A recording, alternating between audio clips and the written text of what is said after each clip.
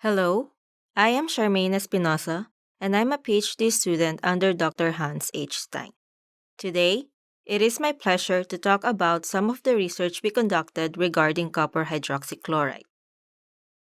Copper has been recognized as an essential mineral since 1928, when it was demonstrated that copper plays an important role in red blood cell synthesis. This discovery led to further research to demonstrate that copper is essential not only for preventing anemia, but is also an important micronutrient needed for maintenance and growth. Copper is an essential component of several metalloenzymes, including cytochrome oxidase and lysyl oxidase, and is involved in oxidation reduction reactions and protection against oxidative stress. Copper is also involved in metabolic reactions, including cellular respiration, tissue pigmentation, and hemoglobin formation. The requirement for copper by weaning pigs is 5 to 6 mg per kilogram in the diet, and if this amount is included in diets, deficiency symptoms are not observed, and we expect that animals will be of normal health status. However, copper may also be included at growth promoting levels in diets for weaning and growing pigs. Copper included at a range of 75 to 250 mg per kilogram in diets for pigs usually improve average daily gain and gain to feed ratio. However, the exact mechanism of copper in exerting these positive effects has not yet been elucidated, but it is believed that it is due to its bacteriostatic and bactericidal properties. Copper sulfate is the most common form of supplemental copper used in animal feeding due to its availability and is relatively low in cost compared with other inorganic sources of copper. Copper may also be provided in chloride forms. However, the use of high concentration of copper sulfate in swine diets have resulted in environmental concerns due to high excretion of copper in feces. Therefore, other forms of inorganic copper, which are generally included in diets at a lower inclusion rate, have been introduced to the feed industry. An example of this is chelated copper, and it is possible that copper from this source is absorbed more efficiently and has higher retention compared with copper sulfate. Another source of inorganic copper is copper hydroxychloride, which is insoluble in water but greatly soluble in acidic conditions, which makes it less aggressive in vitamin mineral premixes and has less pro-oxidant activity than copper sulfate.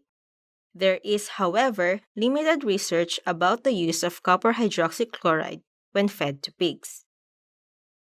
Therefore, the objective of the two experiments was to test the hypothesis that copper hydroxychloride improves growth performance and reduces incidence of diarrhea in pigs, and also improves blood characteristics that may explain the possible improved changes in pig performance. The first experiment is a growth performance trial. This is the first experiment we conducted in our lab regarding copper hydroxychloride. We wanted to know if copper hydroxychloride exerts some positive effect in our swine research facility. 80 newly weaned pigs were used in this experiment, with 4 pigs per pen and 10 replicate pens per treatment. These pigs were allotted and fed 2 experimental diets, which consist of a controlled diet based on corn and soybean meal, or the controlled diet plus 150 milligrams per kilogram of copper from copper hydroxychloride for 4 weeks. A 2-phase feeding program was used, with day 0 to 14 as phase 1 and day 14 to 28 as phase 2. Diarrhea scores were assessed visually every other day using a score from 1 to 5, being 1 as a normal hard feces to 5 as watery diarrhea. Data were summarized to calculate average daily gain, average daily feed intake, and gain to feed ratio for each pen and treatment group. Moving on with the results, this graph shows the average daily feed intake and average daily gain of pigs fed the control diet and pigs fed the control diet supplemented with 150 milligrams per kilogram of copper from copper hydroxychloride. For the overall experimental period, pigs fed diets with 150 milligrams per kilogram of copper as copper hydroxychloride had greater average daily feed intake compared with pigs fed the control diet, which also resulted in pigs fed diets with copper hydroxychloride having greater average daily gain than the control. Pigs fed diets with copper hydroxychloride also had greater gain to feed ratio in the overall phase compared with pigs fed diets in the control group. A reduction in diarrhea scores was observed for pigs fed diets with 150 milligrams per kilogram of copper compared with pigs fed the control diet. The reduced diarrhea scores observed in pigs fed diets containing copper hydroxychloride may be attributed to the bacteriostatic properties of dietary copper, which is believed to affect the growth and community structure of microorganisms in the cecum and colon. Based from the results in this experiment, we therefore conclude that supplementation of 150 milligrams per kilogram of copper from copper hydroxychloride improves growth performance and reduces diarrhea incidence. The next experiment is a growth performance trial which involves 2 levels of copper hydroxychloride and its effect on blood concentrations as indicators for protein utilization and inflammatory response of pigs. 150 pigs were used in this experiment with 5 pigs per pen and 10 replicate pens per treatment. These pigs were allotted and fed 3 experimental diets, which consist of a control diet based on corn and soybean meal, the control diet plus 100 milligrams per kilogram of copper from copper hydroxychloride, or the control diet plus 200 milligrams per kilogram of copper from copper hydroxychloride for 4 weeks. Same experimental diets were used for the whole experiment, with diarrhea scores being visually assessed every other day using the same scoring system as in the first experiment.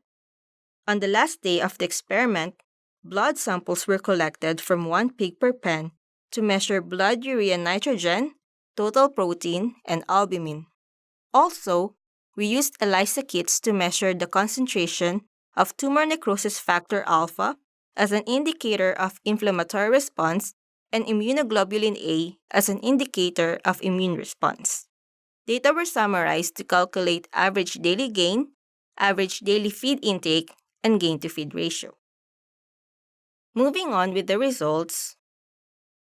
On the first phase of the experiment, greater average daily gain was observed in pigs fed the copper hydroxychloride diets compared with the control.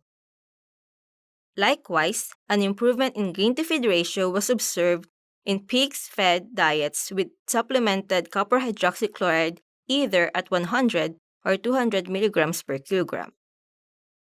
As a result, greater final body weight was observed in pigs fed diets with copper hydroxychloride compared with the control. A reduction in diarrhea scores was observed in pigs fed the copper hydroxychloride either at 100 or 200 milligrams per kilogram in the diet compared with pigs fed the control diet, same as what we observed in the first experiment. There is no difference in the concentration of blood urea nitrogen between pigs fed the control diet and pigs fed diets with supplemental copper. This likely appears that addition of copper hydroxychloride in diets does not affect or change the amino acid utilization and therefore the efficiency of protein synthesis in pigs. The same is true for the concentration of albumin for these pigs. The lack of differences among treatments may indicate that dietary copper concentrations have no effect on the rate of nutrient absorption and on serum protein concentration. In terms of tumor necrosis factor alpha concentration, there is no difference in pigs fed the control diet and the copper hydroxychloride diets. The same in the case of immunoglobulin A concentrations and the lack of differences in concentrations of tumor necrosis factor alpha and immunoglobulin A between pigs fed diets containing copper hydroxychloride and pigs fed the control diet indicates that under the conditions of this experiment, copper hydroxychloride had no impact on the immune status of the pigs. It is possible that this is a result of the fact that pigs with high health status were used in this experiment. So, based from the results of the two experiments, we can definitely conclude that copper hydroxychloride, when supplemented to diets at 100 to 200 milligrams per kilogram, improves growth performance and reduces incidence of diarrhea. However, it does not affect concentrations of blood proteins, tumor necrosis factor alpha, or immunoglobulin A of pigs at 6 weeks post-weaning. We would like to take this opportunity to acknowledge Micronutrients and AgriSpecialists Incorporated for their financial support. Thank you for listening, and if you are interested to know more about our research, you can visit our website at nutrition.ansci.illinois.edu.